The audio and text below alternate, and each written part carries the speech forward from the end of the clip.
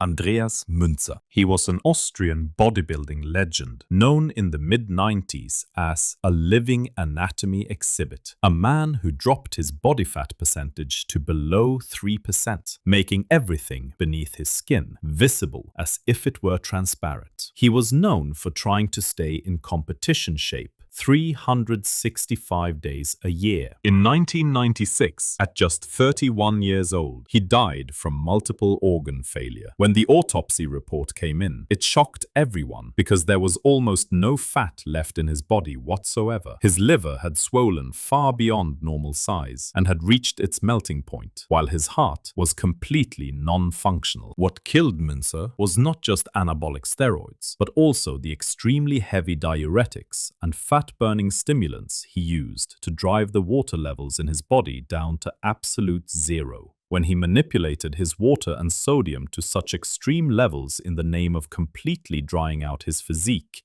his blood turned rock solid. His heart shifted into a growth phase just to keep pumping that thickened blood. And in the end, every organ inside collapsed simultaneously from oxygen deprivation and toxicity.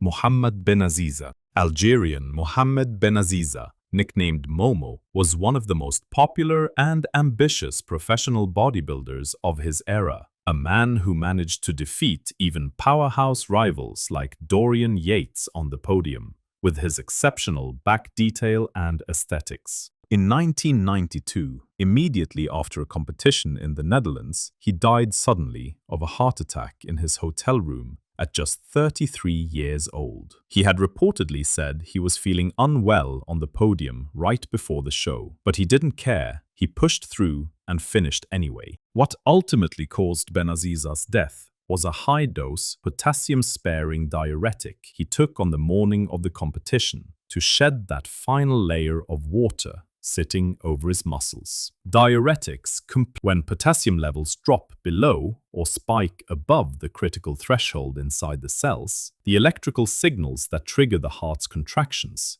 break down. Momo's heart stopped without warning due to electrolyte deficiency. In other words, what killed him was leaving his heart dehydrated just so he could look dry. Dallas McCarver. He was one of the brightest and youngest talents the bodybuilding world had ever seen, touted as the future champion on the Mr. Olympia stage at just 26 years old, carrying over 140 kilograms of mass and earning himself the nickname Big Dallas. In 2017, he was found unconscious at home, and after emergency intervention, the news of his death came from the hospital. At first, the lie that he had choked on food was put out there, but the official autopsy report said the exact opposite. The cause of death was severe heart failure linked to chronic steroid use. His heart weighed 833 grams, exactly 3 times that of a normal human heart. What drove Dallas into the ground at that age was the disproportionate combination of growth hormone and insulin he ran throughout his cycles. Growth hormone doesn't just grow the visible muscles on your body, it grows every internal organ, the intestines, the liver, and most critically, the heart. This kind of uncontrolled cardiac growth leads to the thickening of the muscle walls and the shrinking of the chambers where the heart fills with blood. Dallas's heart had already grown to a point well beyond normal, and it stopped with a sudden acute crisis.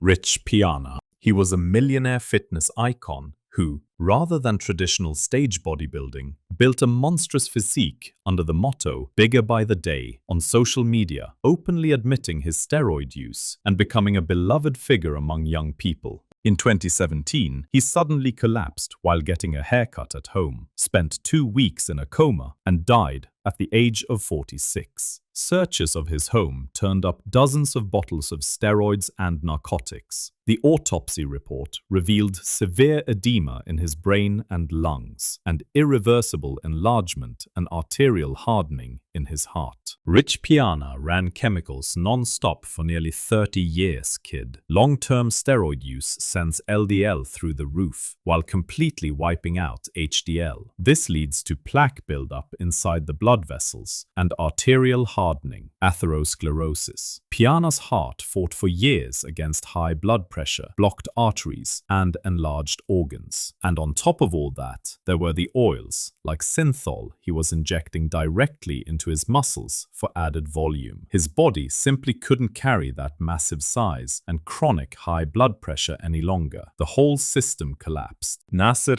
El-Sonbati. Nicknamed the Professor, Nasser El-Sonbati was one of the most unforgettable names of his era and of bodybuilding history overall, carrying a lean body weight of 130 to 140 kilograms on the competitive stage. In 2013, he passed away in his sleep at the age of 47. The cause of death was severe kidney failure and the cardiac failure that developed as a result. In the final years of his life, the weakness of his heart had reduced him to living on respiratory support machines. Steroids are not directly programmed to destroy the kidneys. Not that I'd recommend them in any way, but at Nasser's level, if you run dozens of compounds at high doses over a long period of time, the microfilters inside your kidneys break down under the weight of hypertension and toxic load. When the kidneys fail, the body can no longer flush out fluid and toxins. The fluid that accumulates in the body raises blood volume, multiplying the burden on the heart far beyond normal levels. The professor died in his sleep because the toxins his own body produced and could no longer expel suffocated his heart. Greg Kovacs. He was physically the biggest and heaviest athlete in the history of bodybuilding, bro. He reached up to 180 kilograms in his off-season, and there were days when his biceps measured 60 centimeters. In 2013, at just 44 years old, he died of heart failure. In the final period of his life, his muscle mass had made even walking a struggle. He was also frequently observed sweating excessively. The human heart is simply not programmed to work hard enough to sustain Greg's kind of mass. The cardiac muscle enlargement seen in nearly every one of these deceased athletes is caused by the extreme body mass that exceeds anything found in human nature, delivered by steroids. Kovacs's heart chronically enlarged and thickened as it struggled to supply blood to that colossal body, and eventually lost its elasticity and its ability to pump